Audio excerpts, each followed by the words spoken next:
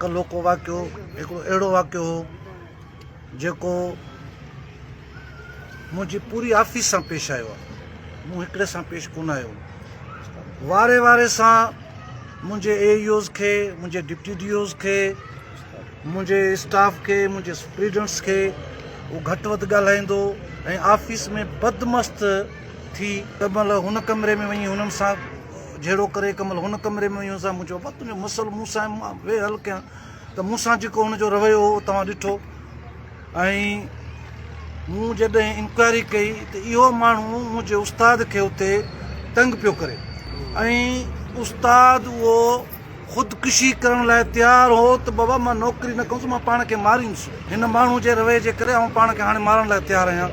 मूंखे हिन तमामु बेज़ार करे छॾियो आहे। हिकिड़ो उस्ताद कोन्हे हिन स्कूल ते, जेके बि उस्ताद विया आहिनि इन पासे इन्हनि माण्हुनि जी हिकिड़ी आदत आहे त उस्तादनि खां चवंदा तव्हां नौकिरी न कयो, असांखे पैसा ॾियो। हाणे हीउ जेको मामिलो पेश आयो आहे गुंडागर्दी ऐं हीउ मामिलो जेको कल्हो को पेश आयो आहे उहो SSB जे हवाले सां पेश आयो आहे। हिन खे को बि ॿारनि जो दर्द कोन हो, हिन खे कंहिं बि क़िस्म जो तइलीम जो दर्द कोन हो ऐं तव्हां हुनजे रवैये मां ॾिसो पिया त हू चाहे पियो त मूंखे पैसा ॾे, SSB जा पैसा ॾियो। बाबा उहो मुंहिंजे हथ में कोन्हे, उस्ताद ई कराईंदो, स्कूल जो मसइलो आहे, मां हुन सां ॿधल कोन आहियां। मूंसां हल, मूंखे हींअर उस्ताद करे ॾे। जेॾीमहिल मां DC ऑफिस जे लाइ मीटिंग जे लाइ निकितुसि, उहो सरोटो खयों अॻु फिरियो पियो अचे त मूं इंतिहाई तहमुल जो मुज़ाहिरो कयो। मूं चयो हाणे हिन खे छा कजे।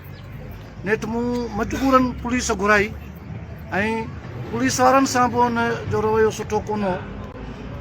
हाणे मुंहिंजो इहो ई मुतालबो आहे, हिन सां गॾु शायदि ॿाहिरि माण्हू बीठा जेके मूंखे त ऑफिस जे अंदरि ॾिसण में कोन आया, मां त ऑफिस में हुउसि, हथियारबंद हुआ हिन सां।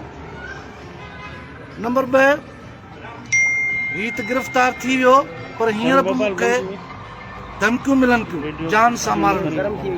उहा तोखे असां छॾींदासीं कोन, तोखे ऑफिस में असां अची मारे वेंदासीं। इन करे न फ़क़ति मूंखे पर मुंहिंजी ऑफिस खे, मुंहिंजे TOs खे, मुंहिंजे स्टाफ खे सिक्योरिटी फ़राहम कई वई आहे। ॿी सूरत में असां ग़ैर महफ़ूज़ आहियूं अहिड़नि गुंडनि जे हथां, अहिड़नि दहशतगर्दनि जे हथां।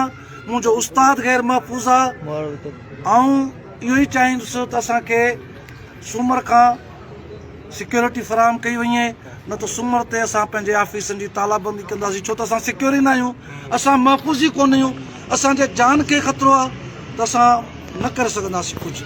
तंहिं करे महिरबानी करे SSP खे, DC साहब खे कल्ह मूं फोरम ते बि रिक्वेस्ट कई, मुंहिंजी ऑफिस खे मूंखे पर्सनली सिक्योरिटी फ़राहम कई वई ऐं इंतिहाई शुक्रगुज़ार रहंदुसि।